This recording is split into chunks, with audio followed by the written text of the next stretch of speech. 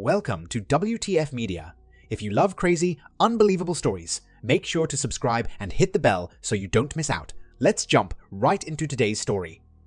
I was not in the best of moods when I finished putting my tools in my pickup truck at the end of that Thursday afternoon. The client I had been working with over the previous 2 weeks did not seem to know what he wanted.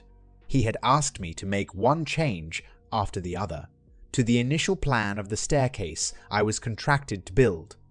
The last request made earlier that morning was so extensive that I had to dismantle about half of the job I had already done. On top of that, I had to go back to the architect and the engineer because the latest whim of this fickle twat could not be done without redrawing the structural plans. So the next day would be an unplanned day off. My name is Garrett Morrison. I am the main artist and owner of a small woodworking carpentry shop specialized in the design and construction of upscale staircases. My clients are wealthy mansion owners, hotels, restaurants, and offices who can afford to pay way above 50 grand for a work of art exclusivity staircase. I had just turned 34, and I had been married for 4 years to Daphne Tupper, 29. Daphne was a young and successful lawyer at Cramer, Boylan and Hendricks, a law firm specializing in commercial and intellectual property law.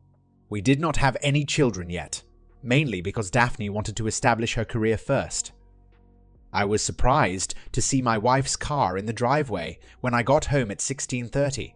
Daphne usually worked late on Thursday evenings so that she could finish at a reasonable time on Friday. I entered the house through the back door entrance, just like I did every time I returned from a construction site. I had installed a small bathroom with a shower next to the door so that I could shower and change first thing after getting in and avoid carrying dust all over the house. The water pressure was lower than usual. Was my wife in the upstairs shower? That was odd because Daphne usually showered either in the morning or just before going to bed. I quickly finished, donned some house clothes, and went upstairs to see what my wife was doing at home that early on a Thursday afternoon. As I had guessed, Daphne was freshly out of the shower and was now putting on some sexy black fishnet stockings, and there was a brand new black dress on the bed, awaiting its turn to be put on. "Hey honey, what are you doing here so early? And am I forgetting something? Do we have something tonight that I didn't remember?" She looked at me with an expression I had never seen on her face before. She looked a bit nervous, but she seemed to do everything to not let it show. She sighed. "No, Garrett, you are not forgetting anything. I'm going out tonight, you are not. I will be gone until Sunday afternoon, actually. I will be spending the weekend with Derek Cramer." "You what? What the hell are you talking about? Is it a business trip or what?" "No, it's no business trip, Garrett. Derek has a hotel suite reserved for him and me. I'll be yours again next week, but I'm spending this weekend with him." She looked at me defiantly, but her whole speech sounded rehearsed. "No, you're not. I don't want my wife to spend a weekend with another man. What's that crap?" "Well, you'd better accept it, Garrett, because that's what Derek wants, and I suggest you don't mess with him," she said, chuckling. "Oh, I see. You're a happy part of that plan. You want me to accept this, to suck it up and let you go. That you will be my faithful wife after this weekend?" I asked, with dripping sarcasm. "I never said it would be this weekend only. Derek has already told me he wanted to do it from time to time. So yes, suck it up and don't say a word. Knowing Derek, your life will be much less complicated if you shut up and go with the program." "That remains to be seen. I'm not gonna put up with that kind of shit, Daphne. You better consider what you're doing, because I won't let that arrogant bastard drive my life. If you think I'm a pawn that you can move any way you see fit without me saying a word about it, you're in for a nasty surprise, I'm telling you." By then, she was done getting prepared for the evening. I went back downstairs and grabbed myself a beer from the fridge. I saw a Mercedes just parking in front of the house. Mr. Smugness himself got out and walked up to the front door, then rang. "Garrett, that's Derek. Will you go answer the door?" she yelled from upstairs. I quickly punched a code into the back door alarm panel, then set up my cell phone to video record and put it into my t-shirt pocket so that it would film everything.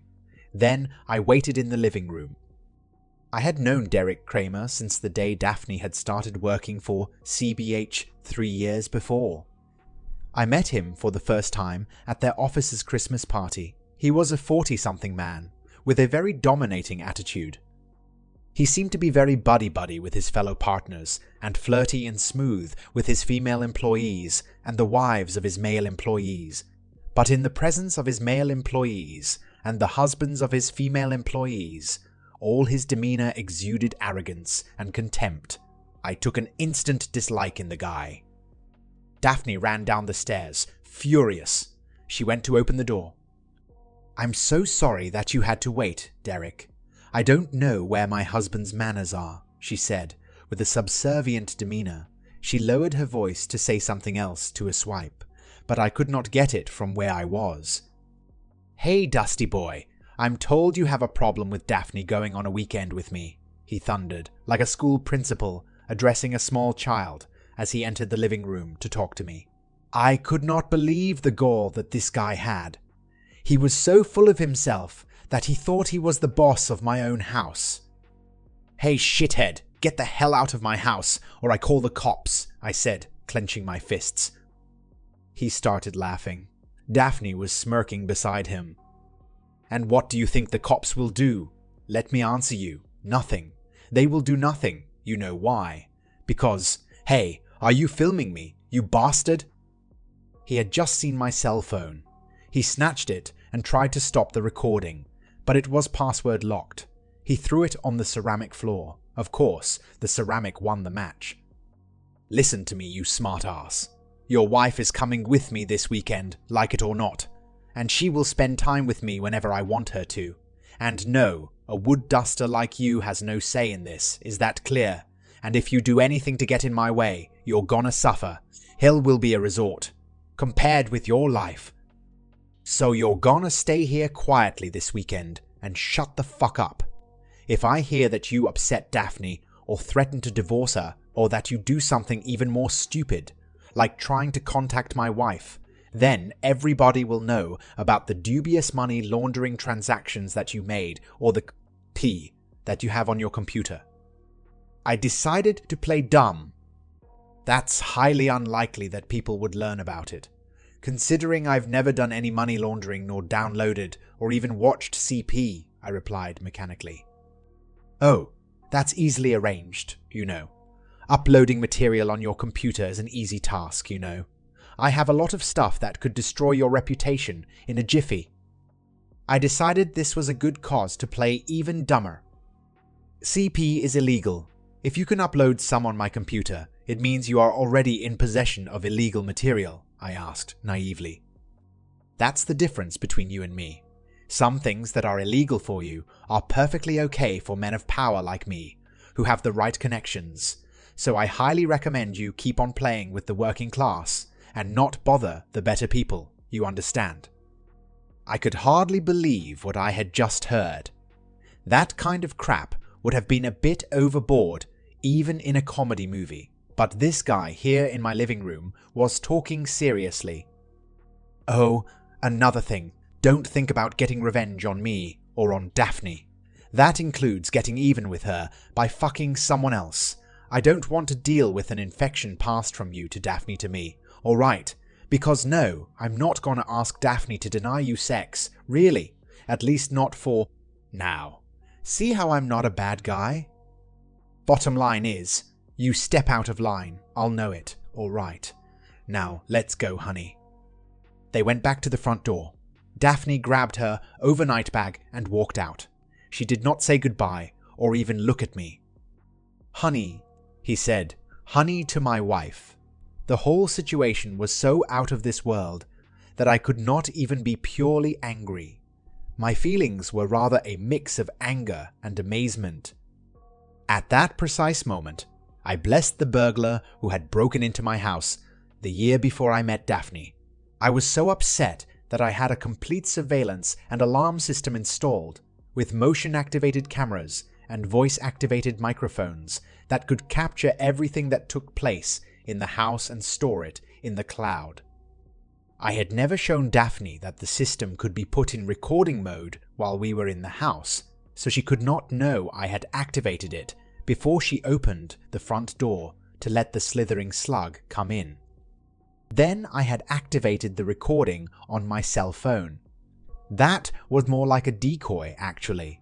I was more or less counting on Cramer to see it and find a way to turn it off. This would let down his guard, and then he would speak more freely, thinking he was no longer filmed. I was hoping this could be a good way of gathering useful material for a likely divorce. The asshole gave me so much more than this. The cell phone that was now all over the floor was actually my business cell phone. After I had started dealing with a wealthier clientele, I had quickly realized that if I gave them my main cell phone, I would be at it almost 24/7, because some of those people are like children. When they want something, they want it now. In their mind, there was no bad time for them to call you, even after 23, 0 and on weekends. A dedicated business cell phone could be turned off at the end of the day, and I could take my messages the next morning. So at least I was not without a communication tool. I took my personal phone and called my business lawyer and best friend Harry.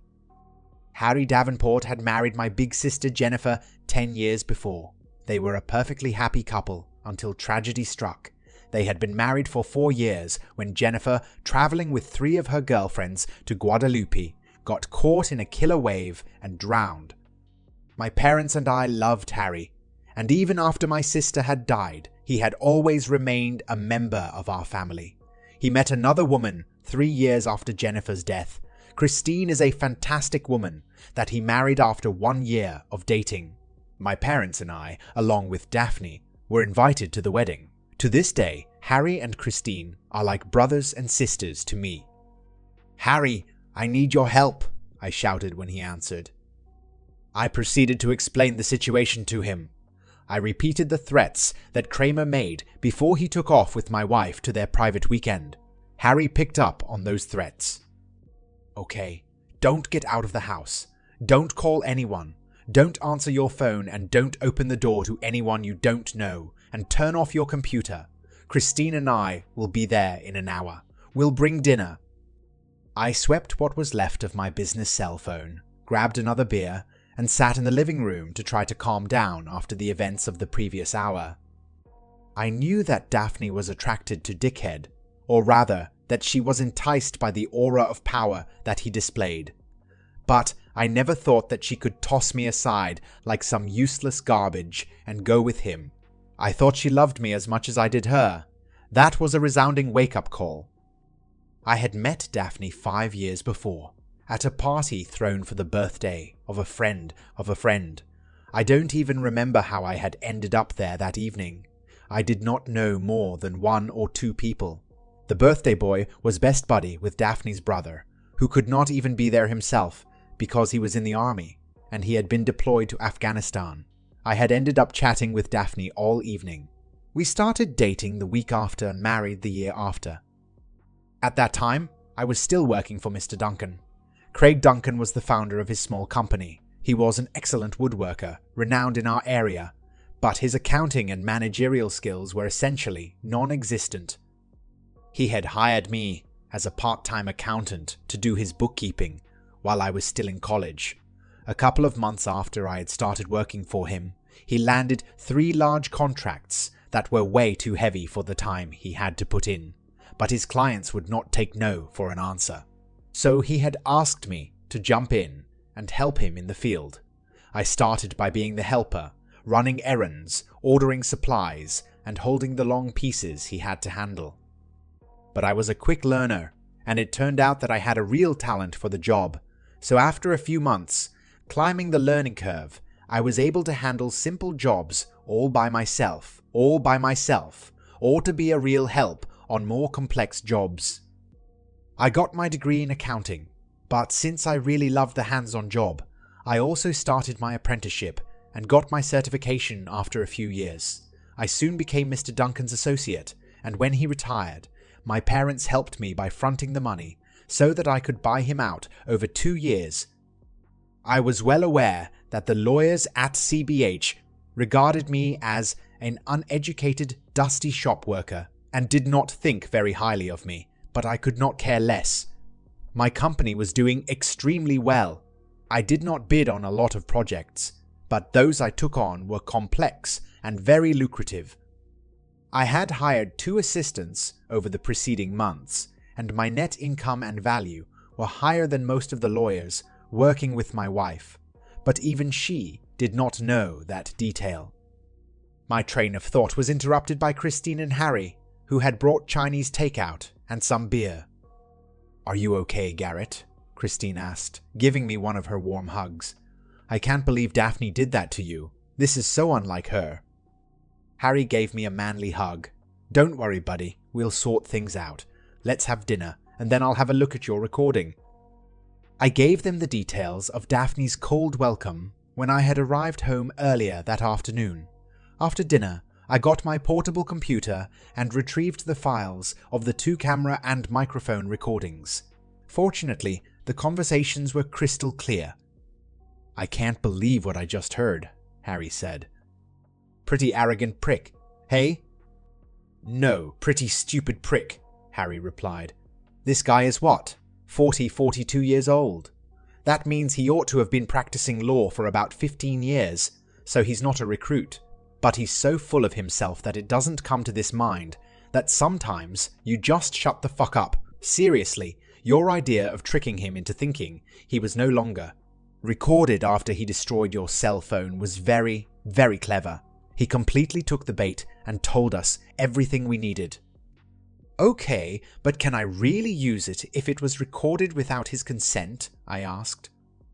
"Absolutely. This is your house. You're free to record whatever you want in your house," Harry assured me. "So, I have nothing to be afraid of." "Is that what you're saying?" I asked. "No, that's not what I'm saying. We have to be extremely careful. I did some research on my way here. Chris was kind enough to drive and take care of the takeout. It appears that our guy, Cramer, is the son of the founder of their law firm. You already knew this, didn't you?" Harry explained. I nodded. "What you may not know is that his father, Marvin Cramer, had quite the reputation.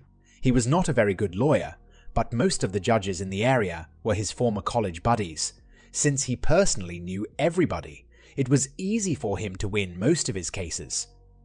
Unfortunately, his son Derek was a model student of his father's teachings. That's what makes him dangerous. He has a vast network of very amicable judges, and if he files a case, it will be extremely difficult to obtain a judgment in our favor, no matter how illegal his shenanigans are." "Wow, so you mean that whatever I do, I'm toast?"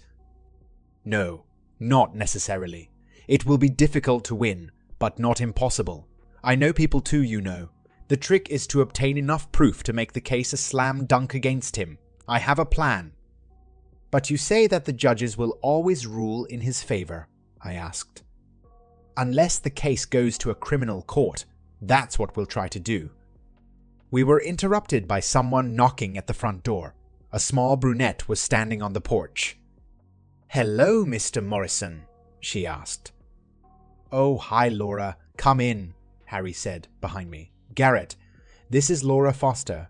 Laura is the computer specialist at the private eye firm we work with.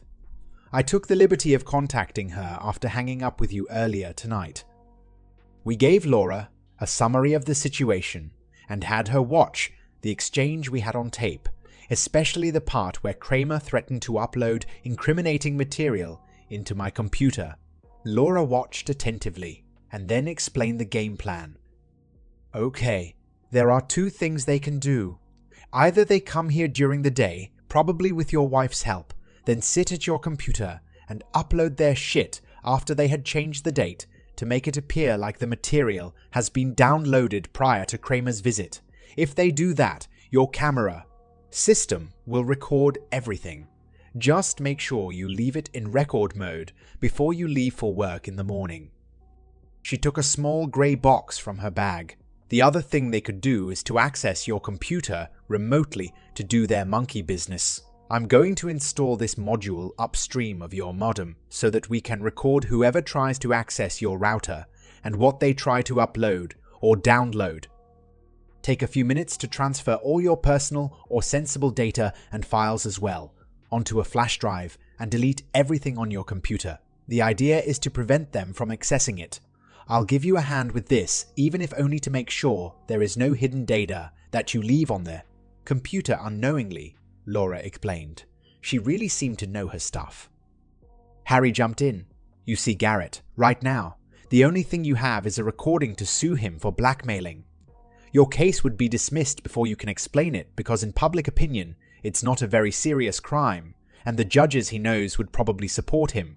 So the best thing that could happen is that Cramer actually uploaded illegal material into your computer and told the police that he has evidence that you're in possession of illegal stuff.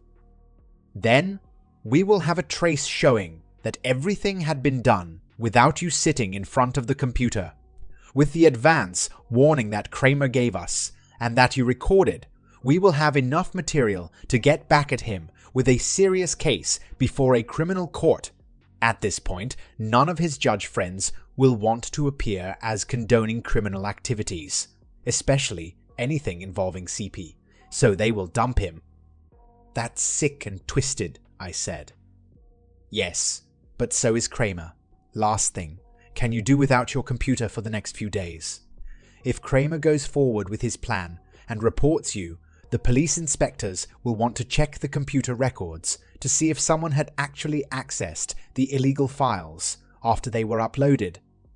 If you don't touch it, then the records will be clean, and that will be even better for us. Also, make sure that your cell phone does not connect to your home Wi-Fi in the coming days in case they try to use your phone instead of your computer." Laura installed the surveillance module and wiped out all sensitive information, including my company paperwork, from my computer and my cell phone. "The module will send us a copy of all access requests. I will contact Harry and you as soon as we have something. Good luck, guys," Laura told us before she left. "Okay, now back to more down-to-earth things," Harry said. "Garrett, do you want to file for divorce right now? Or do you want to wait until Daphne comes back to see if all this can be worked out?" "No. I want a divorce. Yesterday if possible. There is no way that I can stay married to someone who can be as easily manipulated and corrupted by self-proclaimed powerful men. No, I want out. No hesitation." "Okay, then. I will call Claudia Milton tomorrow. She's the family law expert at my office. She's good, fair, and efficient. I'll ask her to give you a call ASAP. You'll like her," Harry said. We talked a bit more. I gave Harry the access code to my recording system so that he could see, live, what was going on and access what was stored on the cloud. Christine and Harry left around 23:00. I popped a Zopiclone and was out within half an hour. It was 8:30 the next day when I received a call from Claudia Milton. She had just hung up with Harry, who had explained all the details of my predicament. She was expecting me in her office at 11. The meeting with her went well. She knew of Derek Cramer's reputation and was very sorry for me that I had to cross paths with that man of questionable reputation. She assured me that since I had bought the house before I met Daphne, and that her name was not on the deed, the house remained mine. We had no children, so the divorce would be very simple. "What about my company? Is there a way they could force me to sell it and split the money?" I asked. Claudia called Harry and asked him to join us. It did not take long for Harry to reassure everybody. "Don't worry about that. There is a clause in your marriage contract that clearly indicates that your company is yours, and that she can't have any claim on it. Now, they will probably try anyway, but I had everything rechecked and it's a dead end for them if they want to go there. I left Claudia Milton's office at 12:30 and took care of all financial issues as she had instructed me. She told me that there was nothing more I could do for now, that she was taking charge of everything, and that Daphne would be served at her office on Monday morning. I also went to the store to replace my destroyed cell phone and took the rest of the weekend to do some yard work and some catching up on my favorite TV series. Part of me was mad at Daphne, but the other part was still in denial, still unable to fully believe what was happening. I knew that I would eventually grieve for my marriage, but at that precise moment, I was still too keyed up to be sad. I was not looking forward to seeing Daphne return home on Sunday. I hesitated between sleeping in the guest room or sending her to the guest room. There was no way I would sleep with that stupid bitch again. I finally decided that it was my house and that she was the one who had walked out on me, so there was no way I would give up my bed.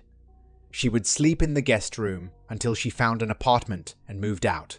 I carried all her clothes and toiletries into the guest room, then went to the hardware store to buy a new lockable doorknob and installed it on my bedroom door, keeping the key in my pocket. When I heard Asshole's car pulling in the next evening, I put the surveillance system in recording mode. I saw Daphne giving a long French kiss to her boss, then get out of his car and wave to him as he drove away. I was reading in the living room when she got in. "Hi, honey, how was your weekend?" she asked. She seemed nervous. She was doing her best not to show it, but I could tell she was not as cool as she pretended. I did not even look at her, let alone answer. "Okay, keep sulking and pouting. Derek was right when he said that you would do that you did not have the brains to understand my needs or the maturity to accept your inability to fulfill them." She went upstairs. I started counting. 1, 2, 3. "Garrett Morrison, what is this? You installed a lock on our bedroom." "Correction. On my bedroom," I said calmly. "All your things are in the guest bedroom. You will sleep there until you find an apartment." "What the fuck? Wait until I tell Derek about this. That was not the deal." "Deal? What deal? I haven't signed or even accepted any of your dickhead's crap. Either you sleep in the guest room or you leave. Maybe Cramer's wife would make some room for you in her marital bed." She looked daggers at me. She did not say a word, stormed to the guest room, and slammed the door. I followed up upstairs and yelled at her through the door. "Speaking of the deal, what was in there for me, by the way?" She did not reply. I went back upstairs. It took 15 minutes before my phone started to buzz. It was a series of text messages from a number I did not know. "What am I hearing, cuck? You don't allow Daphne in her own bedroom. I thought I had explained the program to you in simple English. Even a sharp monkey like you can understand this. Listen, I'll turn a blind eye to your childish crisis for tonight and let you cool down. But tomorrow, you will prepare Daphne her favorite dinner and apologize to her for your behavior. If you behave for the rest of the week, I will authorize her to have sex with you next weekend. But if you don't do as I say, you will find out that my threats are real, very real. So you do as I told you, and you ask no questions. Is it clear?" I could not believe my eyes. This guy was at the intersection point between callous, delusional, and stupid. I did not reply, but I made a snapshot of the conversation and sent the image to Harry. Harry replied after 3 minutes, "Unbelievable. This guy thinks he's a hotshot, but he's just a world-class idiot. Don't erase the conversation, and don't reply to him." Cramer sent a couple more requests for acknowledgement, to which I did not reply. I did not see Daphne again that evening. I went to bed, locking the door and leaving the recording system on. I texted one of my assistants to tell him that I would be in late the next day. I waited until Daphne had left in the morning before getting up and prepared. I fixed myself breakfast and ate it while downloading what my system had recorded during the night. Daphne had not left the guest room before this morning. She had showered in the guest bathroom and left without having breakfast. but I was surprised she had not tried to do anything with my computer as I was expecting. I received a text from Claudia Milton. "Hi Garrett, I just wanted to confirm that the divorce papers will be served at 10 this morning. I also told Harry, have as nice a day as possible despite everything." Before I left for the shop, I double-checked that my home system was still recording and that it would send an alert on my phone if it got activated. I had to meet with the architect at 11 to discuss the last modifications that my current client had requested. I busied myself with some trifles until the meeting. I was expecting a call from Daphne a few minutes after she was served, but nothing came. At 10:45, I texted Harry that I was surprised Daphne had not tried to contact me. This means she has talked to Cramer about the divorce papers. They might as well already be working on their threats. I'll call Laura. Stay tuned, Harry replied. My meeting went well. I was surprisingly able to stay focused. I took the rest of the afternoon to do some maintenance on my tools and some tidying up in the shop. It was 15:12 when I received the alarm on my cell phone. I texted Harry that the show was on the road. He texted a thumbs up. I connected to my system and was able to see and hear what was happening live in my house. Daphne had entered with a man I did not know. They went to our home office and fired up my computer. They did not speak much. It took the guy a few minutes to crack my password, and then he inserted a flash drive in my computer and spent a good 10 minutes doing his dirty business. The good thing is that I could get clear pictures of his face. Daphne went to the guest room and packed her stuff in garbage bags. Her suitcases were in the master bedroom closet, poor little thing. When the guy was done, he turned off the computer and told Daphne he was leaving. Daphne finished packing her stuff and left the house at 15:56.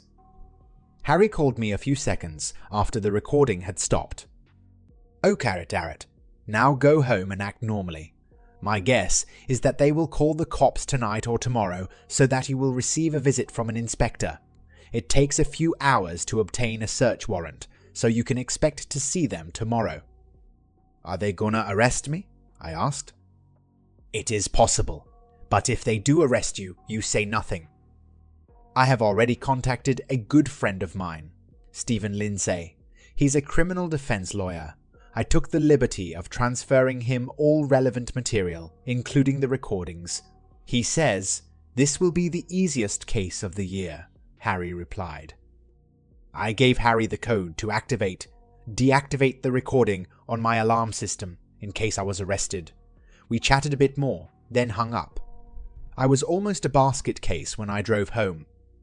Nothing happened that evening. No visit from the cops, no call from Daphne, no nasty text messages from asshole Cramer. I fixed myself a sandwich and ate in front of the television. I debated with myself about calling my parents to tell them about the situation, but finally decided it was better to wait until the storm was behind me. I'm not sure my mother would understand anything about tampering with computer system files or videos stored in the cloud. That would just make her anxious for nothing, and she would not be able to bring any added value to the situation. I was at the shop the next day when I received another alert that someone was in the house. I did like the day before. I texted Harry and connected to my system. The cops had entered my house and were trying to disable the alarm system. They must have shut the system down because I lost communication. Harry texted me that he had seen everything and had transferred the images to Stephen Lindsay. About 1 hour after the cops had arrived at my house, 2 other cops showed up at my shop and arrested me. I was handcuffed and put into a police car. They quickly read me my rights and started asking questions, to which I refused to answer. When I got to the police station, they took my cell phone and wallet, and I was put in a cell with 5 other guys. Not a lot of exchanges. Everybody was doing their best to stay focused on the floor tiles. After about 3 hours, a guard came to take me to the meeting room where I would meet my lawyer. "What the fuck?" I told the guard. "I never even told you who my lawyer is." The guy said nothing. He left me in the room, alone. The door opened after 10 minutes, and there was Derek Cramer with a grin the size of the Golden Gate. He sat in front of me without saying a word.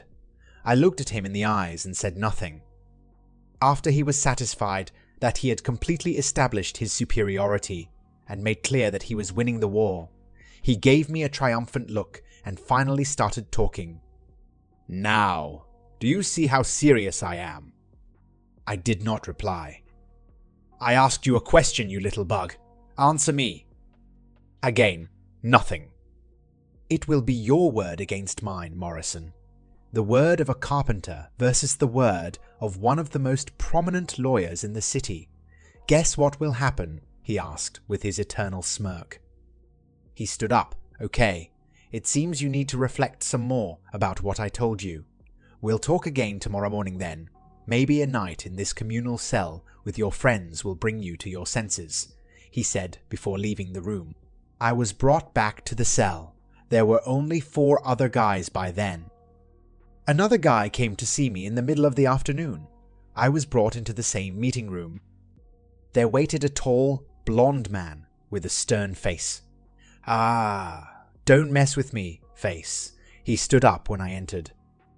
"Good afternoon, Garrett. Nice to meet you. I'm Stephen Lindsay. You can call me Stephen. Harry called me earlier this afternoon saying he could not get a hold of you. With everything that was happening, we figured they might have already arrested you and brought you here." I proceeded to tell Stephen everything that had taken place that afternoon, including the threatening visit from Derek Cramer. Stephen's jaw dropped to the floor, but he said nothing. "Okay, you will have to appear before a judge tomorrow morning. The judge will certainly set a hefty caution, but don't worry, Harry will take care of everything. I know it will be a shitty night, but don't lose hope. Harry and I are here for you. In the meantime, keep up with the good work of not answering any of their questions. I have already officially taken your case, and I will make sure Cramer doesn't visit you again." I appeared before a judge the next day. I was accused of possession of CP. I, of course, pleaded not guilty. The bail was fixed at $25,000. I was released early that afternoon. I could not leave the limits of the city, and I could not contact my soon-to-be ex-wife, or Derek Cramer, or anyone from their office, and I was forbidden to be alone in the presence of any person under 18, but at least I could work in my shop. They gave me back my cell phone and wallet. Stephen took me to a late lunch, and we chatted a bit more. I did not want to say too much at the police station yesterday, because their walls have ears, but I made a few calls yesterday and did some research, and I was able to find quite a lot of interesting material about our friend Derek Cramer. Let me tell you a few things that will reassure you. First, when cops get a search warrant, it takes at least a few hours before they can review the material they found and obtain an arrest warrant. In your case, you were brought here before they were even done searching your house. Second, you were not allowed to call me or Harry, but they allowed Derek Cramer to see you. These 2 elements make it obvious that the whole thing was staged.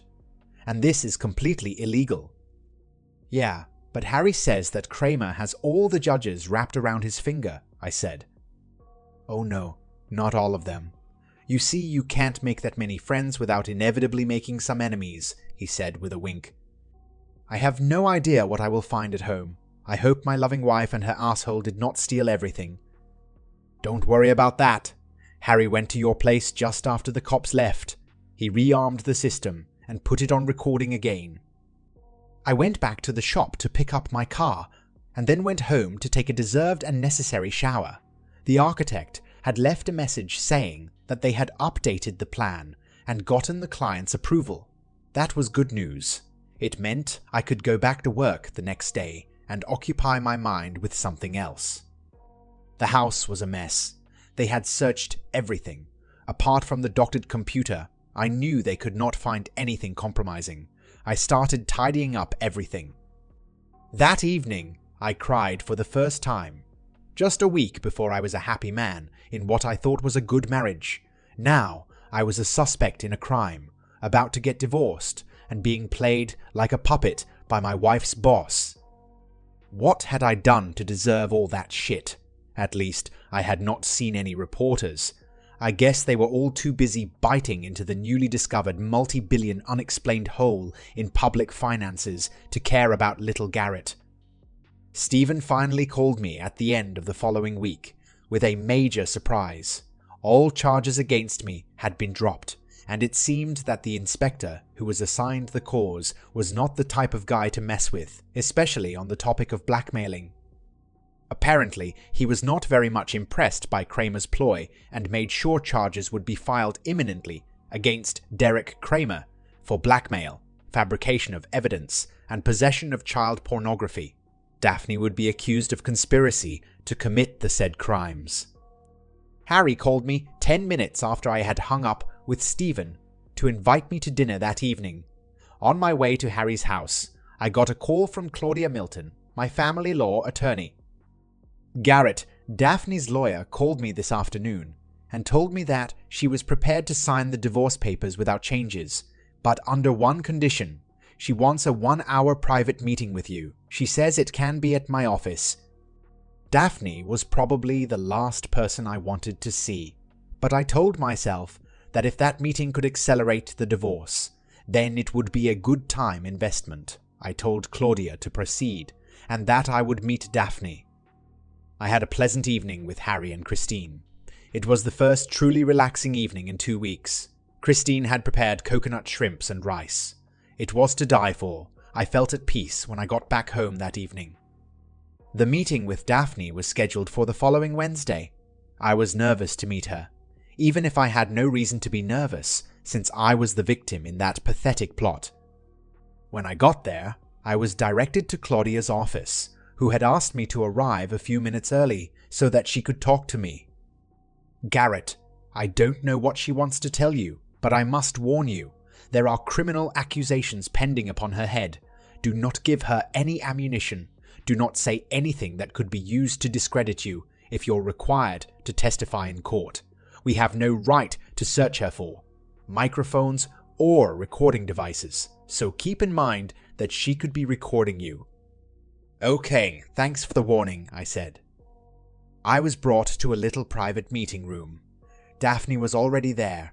I was expecting to see the bitchy and arrogant Daphne of the previous weeks, but the Daphne who was sitting in that room was a broken woman.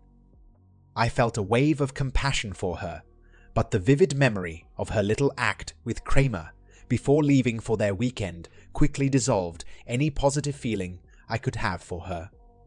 Thank you for accepting this meeting, Garrett. What could you possibly want to tell me, Daphne, after everything you did to me? She started to cry. Garrett, I'm so ashamed of what I did to you. You're a wonderful husband. You didn't deserve any of that. I was completely under Derek Cramer's spell. When I heard that the accusations against you had been dropped and that he and I would probably stand accused, it gave me a shock that broke the spell. I can hardly look at myself in a mirror, and all that for the most pathetic sex ever. She kept on ad-libbing with her analysis of her own behavior for the next 30 minutes. She did not question me or try to obtain any information from me. I understand we are done, Garrett. If I was in your shoes, I'd do the same and seek a divorce. So no, I don't blame you for divorcing me. I want to tell you that I quit my job. I told Derek Cramer I didn't ever want to speak to him again. I went back to my parents' place. I told them everything. They're mad at me. Let's say the atmosphere in the house is far from warm and cozy. I looked at her, saying nothing. Frankly, there was nothing intelligent to reply to all this. She had made her bed, now she had to sleep in it. The coming months, and maybe years, will be a tough ride for me, Garrett. I don't know what life has in store for me. The only thing I hope is that a few years down the road, when all is said and done, I will have a chance to at least be friends with you. This is far, Daphne. Very far. We'll see when we get there. Good luck. I stood up and left the room. A part of me still loved her, but there was no way I could be with her again. I had fancied some revenge against her, But the events had made her a miserable woman. She had learned something, and there was no need for further revenge. Daphne was able to get a plea bargain in exchange for her full cooperation with the authorities against Derek Cramer. She moved to another city. I have lost contact with her since then. When the accusations against Cramer were made public, 2 other men stood up and filed a complaint against him for blackmail. He ended up with a sentence of 12 years of jail time. Since the police had recordings of all my interactions with him, I was not even required to testify. After Cramer was found guilty, I filed a civil case against him and his firm, or what was left of it. I was able to get $2 million, from which a hefty percentage went to Harry. I pretended to be outraged, but it was all in good fun. Harry had been so helpful that I was happy to give him some well-deserved money. My company is doing very well. I am in the final negotiations to acquire a specialty door manufacturer. This will be a nice addition to what we do. I now have 6 employees, and they are like a second family. I was invited to a barbecue party, thrown by Harry and Christine, a few days after my divorce was official. I had never met Christine's younger sister before. Kathy and I hit it off instantly. To this day, we have been dating for a few weeks. We will see where life brings us. A few weeks after the civil case against CBH and Cramer was settled, I paid a visit to Cramer in jail. I had told the guard that I had important things to say to Cramer, and that I did not want him to leave the conversation before I was done. The guy gave me a smile and told me to rest assured that I would be able to tell Cramer everything I wanted. Cramer walked in and turned around to leave when he saw it was me. "What do you want, cuck?" he opened. I looked at him with a sly grin. "Oh, striking preemptively. Interesting. Rumor has it that your wife Jessica has filed for divorce. Maybe I should ask her out to dinner and offer her a night she'll remember." "You fucking bastard! If you do." "Don't waste your pathetic spit, asshole. I've already done that. The little hummingbird she has tattooed on her upper left thigh is just lovely, isn't it, cuck?" I asked, with a smirk. He was as red as a beet. He was about to threaten me again, but at the last millisecond, he realized that this would not help his cause. Anyway, the reason I am here today is not to talk about Jessica. I just wanted to tell you that you're an idiot. An idiot who must be reminded once in a while that he is an idiot. See, threatening a man in his own house and explaining in advance what you will do to him if he doesn't comply with your ridiculous demands is not really a sign of intelligence, is it? Even a carpenter would know that. Let's say that on this one you were the one left in the dust. I started laughing. He started boiling. "Oh, and weren't you the one who told me that possessing some kind of material was illegal for a simple man like me, but perfectly okay for a man of power like you? I am so much in awe of your power right now. I am overwhelmed by your grandeur. Maybe it's your jumpsuit. It suits you so well." Cramer was so mad he was now approaching neurological disintegration. "Before I go, I have something that both Jessica and Daphne thought you might find useful someday," I said. I gave him a sheet of folded paper. He unfolded it and examined it for a few seconds. "What the hell is that?" he asked. "Case in point," I laughed. "This is a drawing of female genitalia, commonly known as a pussy." I put my finger on a precise spot on the drawing. "They wanted you to know that the clitoris is here." That's the end of this story. If you found it engaging, please give it a thumbs up and don't forget to subscribe for more content like this.